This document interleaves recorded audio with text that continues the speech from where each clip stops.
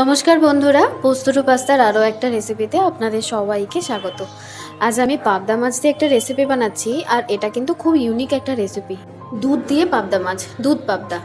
চলুন শুরু করা যাক, কিভাবে বানানো যায় দেখে নিই। প্রথমে আমি মিডিয়াম সাইজের কয়েকটা পাবদা মাছ নিয়েছি, আর এই মাছগুলোকে ভালো করে নুন আর হলুদ দিয়ে মাখিয়ে নিতে হবে।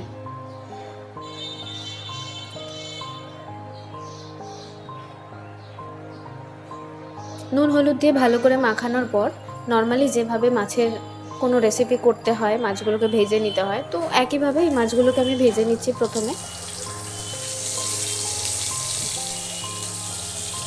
উল্টে পাল্টে দু পিঠ ভালো করে ভাজা হয়ে গেলে মাছগুলোকে তুলে নিতে হবে।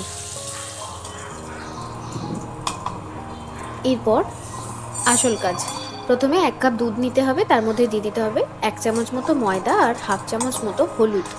এরপর খুব ভালো করে এটাকে মিশিয়ে নিতে হবে, ময়দাটা যেন লাম্প না হয়ে যায়। আর যে তেলে মাছ ভেজেছিলাম, বাকি তেলটার মধ্যে একটু কালো জিরে আর কাঁচা লঙ্কা চিড়ে খানিকক্ষণ ভেজে নিয়ে যে দুধটা বানিয়ে রেখেছিলাম, সে দুধটার মধ্যে ঢেলে নিলাম। এরপর যখন দুধটা ফুটে উঠবে, আস্তে আস্তে করে মাছগুলোকে সব দিয়ে দিতে হবে।